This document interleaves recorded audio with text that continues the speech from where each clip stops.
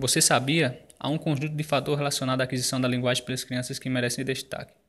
Comecemos por observar que todas as crianças adquirem pelo menos uma língua. Esse fato é surpreendente, considerando a complexidade das línguas naturais. Afinal, ninguém duvida que uma língua humana, qualquer que seja ela, é bastante complexa, certo? Embora exista uma variação, as pessoas tendem a apresentar um desenvolvimento da linguagem muito parecido. E isso não é por acaso. Seres humanos são biologicamente predispostos a desenvolver linguagem. Crianças são capazes de aprender o idioma de forma rápida, mesmo quando não conseguem ver ou ouvir, já que crianças surdas e cegas também são capazes de desenvolver linguagem. Crianças normais adquirem uma língua sem esforço e sem instrução, precisando apenas ser expostas a ela, o que chamamos de universalidade da linguagem. Veremos assim os estágios da aquisição da linguagem.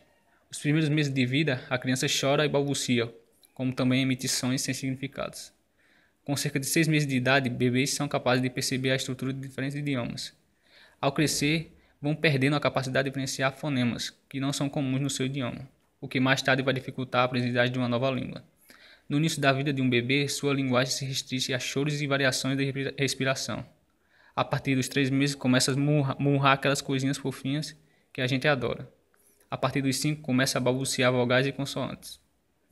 Aos 10 meses, o balbuciar das crianças começa a mudar, emitindo sons de palavras que elas ouvem, por exemplo, mamã e papá. No primeiro ano de vida, as crianças começam a produzir primeiras palavras e realizar gestos para se comunicar, como por exemplo erguer os braços pedindo para alguém que pegue no colo e apontar para coisas e objetos. Por volta de 1 ano e meio, inicia-se o estágio das primeiras combinações e a criança começa a fazer a junção das palavras. O mais incrível é que antes disso, elas identificam a ordem de palavras para entender os enunciados.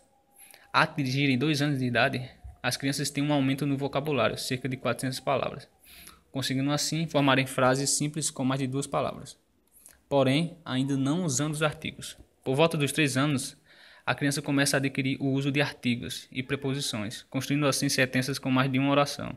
Entre seus 4 e 5 anos de idade, a criança tem um vocabulário por volta de 1.900 palavras e consegue usar orações subordinadas, como termos temporais, usando itens como antes e depois, e o seu vocabulário começa a crescer bastante. Quando chegarem na fase adulta, os bebês que antes só balbuciavam terão no vocabulário cerca de 60.000 palavras à sua disposição, que alguns infelizmente usarão para mandar aqueles áudios enormes no WhatsApp.